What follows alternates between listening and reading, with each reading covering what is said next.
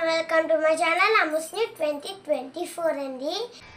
తతః శంఖాశ్చ భేర్యశ్చ పణవానకగోముఖాః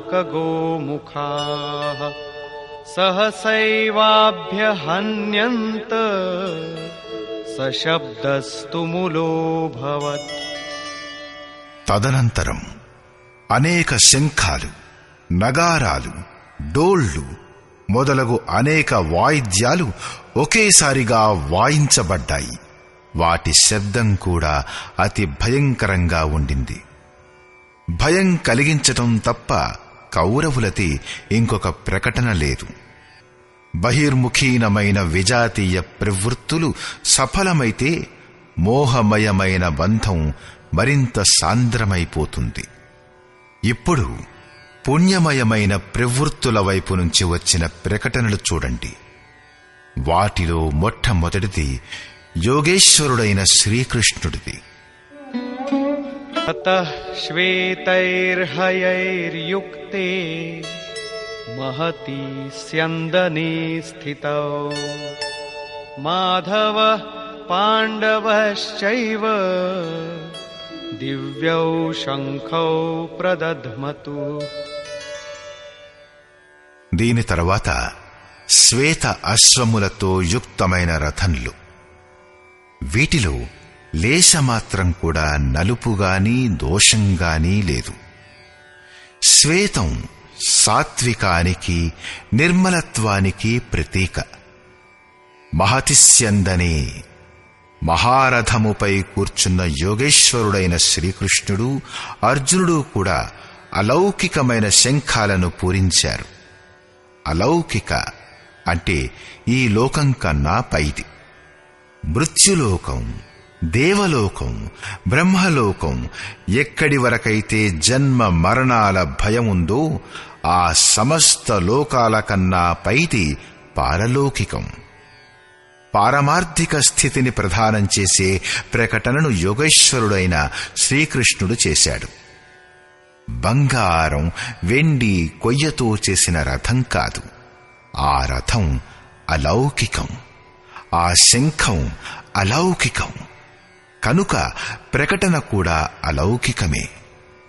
లోకాలన్నిటికీ అతీతంగా ఒక బ్రహ్మ మాత్రమే ఉన్నాడు. నేరుగా అతనితో సంపర్కాన్ని స్థాపింపచేసే ప్రకటన అది. అతను ఆ స్థితిని ఎలా ప్రదానం చేస్తాడు? పాంచజన్యం హృషీకేశో దేవదత్తం ధనంజయః పౌండ్రం దధ్మౌ మహాశంఖం భీమకర్మావృకోదరః. హృషీకేశ ఎవరైతే హృదయం యొక్క సంపూర్ణ జ్ఞానియో ఆ కృష్ణుడు పాంచజన్యం అనే శంఖాన్ని పూరించాడు.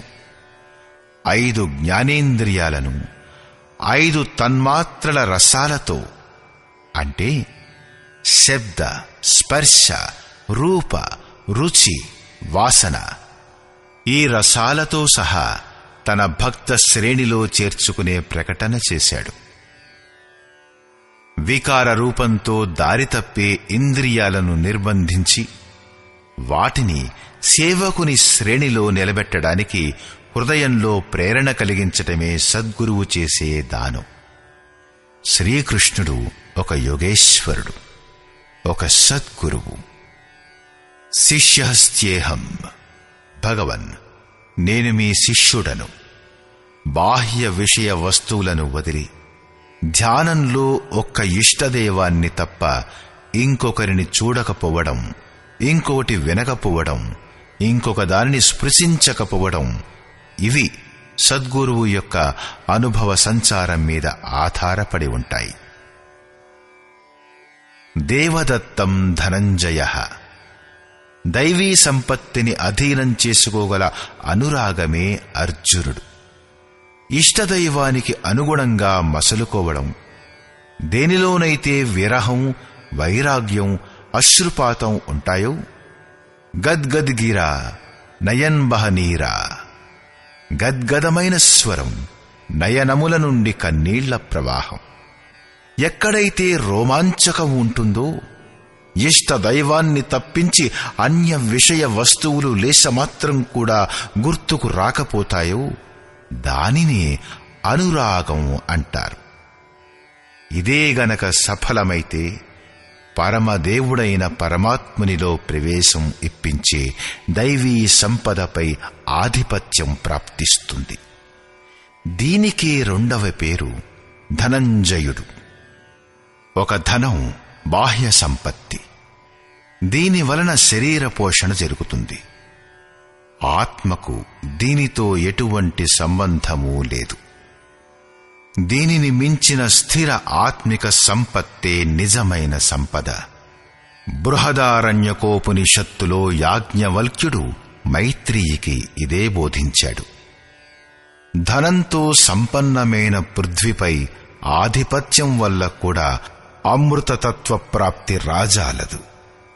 దానికి ఒకే ఒక ఉపాయం ఆత్మిక సంపద మాత్రమే. భయానకమైన కర్మలు చేసే భీమసేనుడు పౌండ్రం అంటే ప్రీతి అనే పేరుగల మహాశంఖాన్ని పూరించాడు. భావం యొక్క ఉద్గమ నివాస స్థానం హృదయం. కాబట్టి దీని పేరు వృకోదరం. మీ యొక్క భావం, ఆసక్తి పిల్లలపై ఉంటుంది.